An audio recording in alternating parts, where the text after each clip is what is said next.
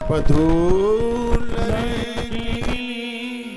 पर घर आई राखे हो नयन पलक की नाई राखे हो नयन पलक की नाई बधू लड़कीनी पर घर आई बधू लड़कीनी पर घर आई राखो नयन पलक की नाई राखो नयन पलक की नाई बधू लड़कीनी पर घर आई राखो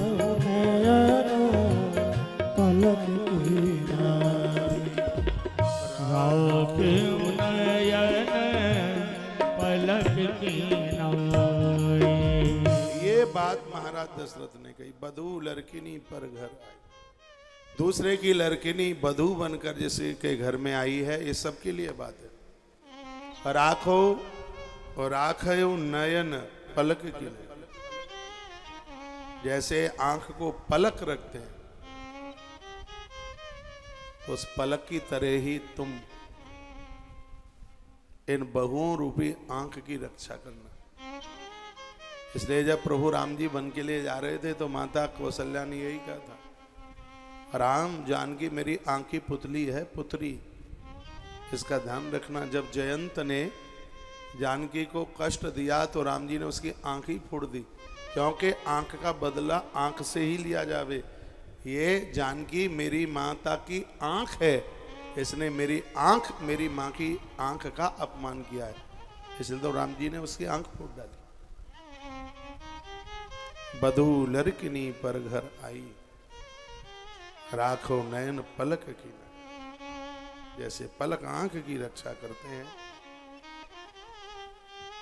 उस प्रकार से घर में बहुओं का रक्षण। अवध में हर प्रकार की संपदा छाई, इन देवियों के ऐसे चरण पड़े हैं। अयोध्या में किसी भी प्रकार की कोई कमी नहीं थी।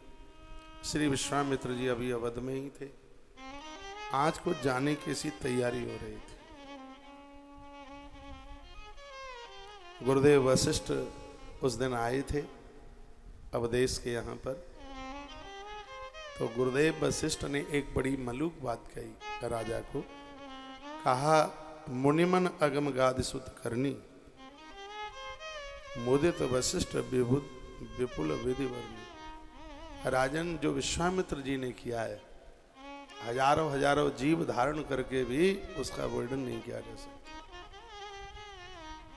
जो तुम्हारे बच्चों के सगाई संबंध करा दे, याद रखिएगा, उनके ऋण से कभी उड़ने नहीं हो पाएगी, उसकी महिमा वर्णित नहीं की जा सकेगी। सबसे बड़ा काम है किसी के बच्चों का संबंध कराना, और आज के समय में तो बड़ी टेढ़ी खीर है, बड़ा मुश्किल। मुनिमन अगम गाद सुत करनी मुदित वशिष्ठ विपुल विधि वर्णी। गुरुदेव वशिष्ठ ने इतनी सराहना की। जो विश्वामित्र जी ने किया है राजन, रघुवंश उस ऋण का चुकता नहीं कर पाए। आज पूरी दुनिया में राम की जय जयकार है, लोग राम की महिमा का गायन कर रहे। इसमें बहुत बड़ी पात्रता मुनि विश्वामित्र की, और वो था ही। अवधेश दशरथ आंख में आंसू लिए हुए खड़े ही थे।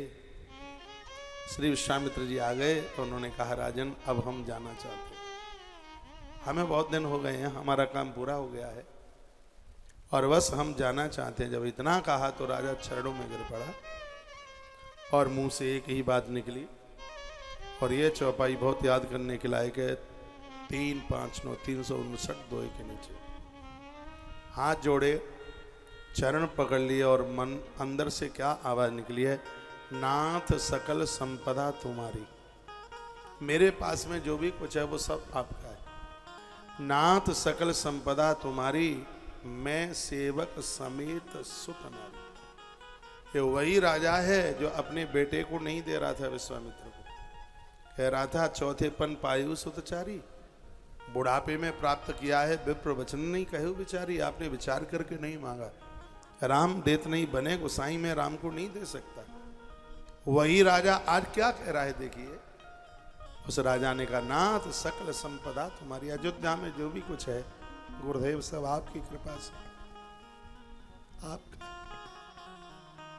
मैं आपके चरणों में मत्था टेक करके कहता हूं, मैं अपने बच्चों और पत्नी के सहित आपका भगत हूं, आपका सेवक हूं।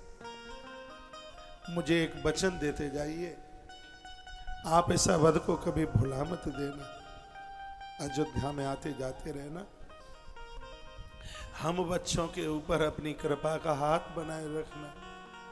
मैं तो श्वास ही आप ऋषियों के द्वारा ले रहा हूं, मेरे ऊपर तो कृपा आप गुरुजनों की, आप महात्माओं की।